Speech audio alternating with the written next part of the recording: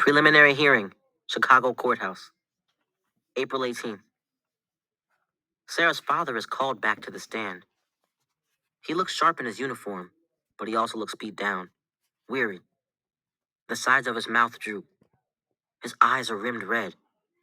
I almost feel sorry for him. I stand in the back near the double doors. I want to flee, but I can't help myself. I stay. Emmett's missing. Sarah sits next to her mom.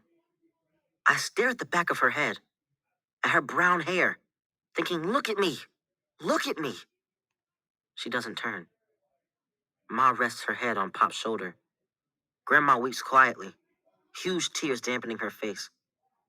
The prosecutor moves close, face to face with Officer Moore. Did you announce yourself, police? No. Did you order Jerome Rogers to put down the gun? No. To raise his hands?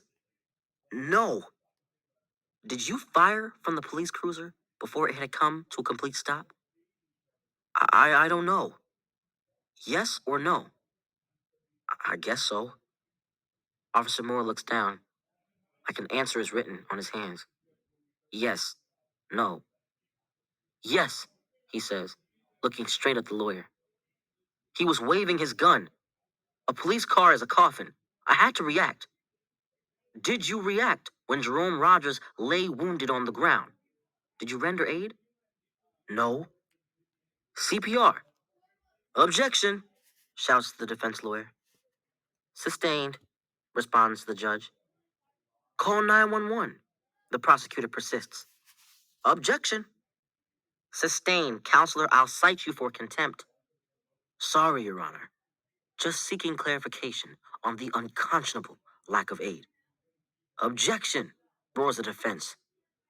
Before the judge bangs her gavel, Officer Moore answers hoarsely. No, no aid. The room erupts. Chaos. Sarah and her mom hold tight to each other. Ma shudders, then collapses into Pop. Pop tries to hold her upright. I can tell he's trying to be strong, trying to calm Ma and Grandma, just like I always tried to do. 3 good things can't be said. Can't fix what's wrong. Court's adjourned. Tomorrow, 9 a.m., we begin again tomorrow. Angry bursts swirl like a hurricane. Sarah buries her face in her mother's lap. I can't help Grandma, Ma, or Pop. I walk out, disappear. Carlos. Since January, Grandma walks Kim to school. Carlos meets them on the steps and walks Kim inside. After school, Carlos walks them home. For months, they walk. It's a ritual. Carlos is a good big brother. He isn't me, but he's better than no one. Both Grandma and Kim have lost weight. Grandma seems so much older, and Kim barely smiles, except when Carlos makes jokes. Or gives her pictures. Or gifts like a stick of gum, a purple lollipop. Sometimes Carlos does cartwheels, and Kim giggles. He tells her about San Antonio. Always sun, never snow. The sky is wide open and blue. No skyscrapers. Not like Chicago. Hands waving, he's skipping backwards, chattering excitedly. He's wearing sneakers. The San Antonio River. It flows lazy through downtown. The Riverwalk, it's called. Weekends, there's partying. People in small boats, some eating, drinking by the river. All kinds of music. Mariachi, jazz, pop. Kim stops, shifts her backpack. Grandma's head tilts, watching her. Are you going back? Carlos's smile slips. He says solemnly, Nope, could never. Chicago's home now. Kim smiles, then races ahead, happy. Grandma puts her hand on Carlos's shoulder. You're a good boy, Carlos. Think you can walk Kim home by yourself? Walk her to school, too. No, I'm not quite ready. Grandma rubs her forehead. I know it's not good for me to hover close. One step at a time. I'll walk Kim to school. You walk her home. You trust me? I do. Carlos bows his head. His toes wriggle inside his sneakers. He's proud. Grandma pats his shoulder. Jerome should have brought you to supper. I didn't know he had a good friend. You like cake? Not answering. Carlos calls. Kim, wait up! He runs toward her. I focus on Carlos catching up to Kim. I like him. I really do. The two slow, stop, wait for Grandma. Carlos stands in profile. Sadness cloaks him. It didn't when we first met. Not like this. Not like he's standing on a grave. As Grandma gets closer, he smiles, big, bright. Now I know it's false. If I squint my eyes, I can imagine Carlos as me. Preliminary hearing, Chicago Courthouse, April 19th. Day 2. Calling Officer Moore back to the stand, the prosecutor says. I look for Sarah. She's not in the room. Maybe her parents have decided the hearing is too much. They're protecting her, like my family tried to protect me. I wish I could tell them it isn't working. Sarah already sees me, better than her dad ever did. Strangely, courtroom benches remind me of church pews. Long, hard, polished wood. Grandma's having trouble breathing. Whispering, Ma wraps her arm about her. Emmett appears, stands behind Grandma, and amazingly, she lets out a big sigh. Breathes clear, deep. She pats Ma's hand. I'm okay. Officer Moore slips into the witness chair. He's sworn in for a second time. Do you swear to tell the truth? I do, he answers, eyes front, looking over my family's heads. He sits. You thought the victim, a child, was a large man. Objection, not a question, Your Honor. Sustained. You were in fear for your life. Objection, not a question. Repeat testimony. Sustain. The judge leans forward, even though she's trying to hide it. She's irritated. Do you have a question, counselor? Yes, I do, Your Honor. The prosecutor turns, walks away from the judge and officer. He looks at Pop. Then, turning back to the stand, says loudly, seriously, why was the child shot in the back? Uproar, panic, stomping, cameras flashing. No photos, asserts the clerk. Reporters are shouting questions. Community activists are demanding justice. Ma, Pop, and Grandma huddle, cling, and cry. Order, order! The gavel bangs again and again.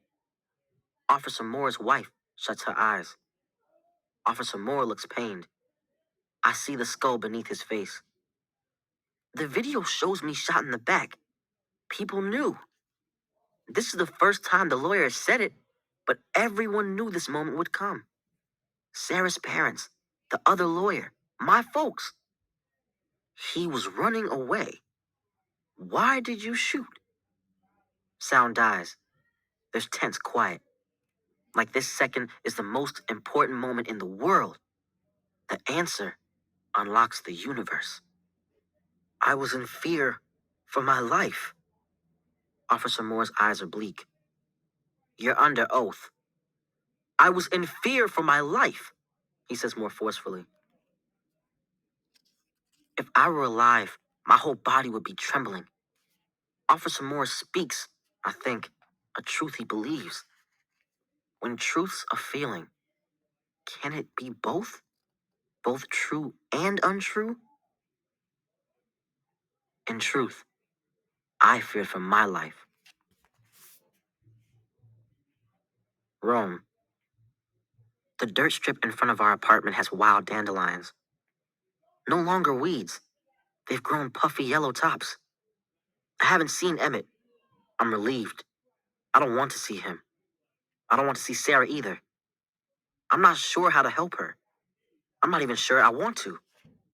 People tell the dead rest in peace. I haven't any rest or peace. I roam, seeing neighborhoods I've never seen before. Some people live in huge houses with blooming roses, yellow, red, white, planted in their yards, with cats perched on windowsills. Some houses have painted fences that their dogs rush, tails wagging, barking. Animals know I'm still here. I wish I'd had one. A big dog like a black lab or German shepherd. Chicago is more beautiful than I'd ever thought. I didn't know there were parks with swings, slides, running and bicycle tracks. I didn't know there were over 100 skyscrapers. Or Lincoln Park Zoo with African penguins striped black and white. I wish I could tell Carlos that Chicago has a river walk too. Moms push strollers. Men and women run in black tights. Kite surfers ride the river. Wish I'd tried it.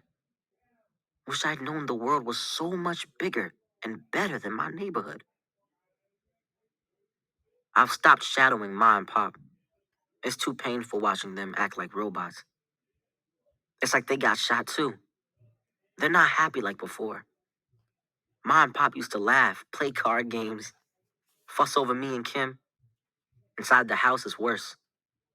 Pop passes my closed bedroom door. He doesn't check on Kim before he goes to work. In the kitchen, Ma, shoulders hunched, barely eats, speaks. No goodbyes between her and Pop. They don't hug or kiss. Just work, sleep, try to forget. Grandma and Kim don't mind their grief showing, especially after dinner. They talk about me, cry, hurting. They seem real, alive. I worry Ma and Pop will get used to trying not to feel. So used to it, one day they won't feel anything anymore. And that'd be worse than me dying. I wander Green Street, drifting behind Grandma and Kim on their way to school, then shadowing Kim and Carlos coming home. Both ways I pass Green Acres. I keep my eyes forward, not wanting to see where I was killed. Preliminary hearing, Chicago Courthouse, April 19th. After lunch, everyone files back into the courtroom. Officer Moore sits next to his lawyer. The prosecutor, I guess he's my lawyer, sits alone. He seems confident, relaxed. Everyone stands when the judge enters. Her face isn't still. Brows twitch, her lips tighten. She breathes deep. Something's wrong. She's got tender eyes, but as she speaks, her voice is robot calm.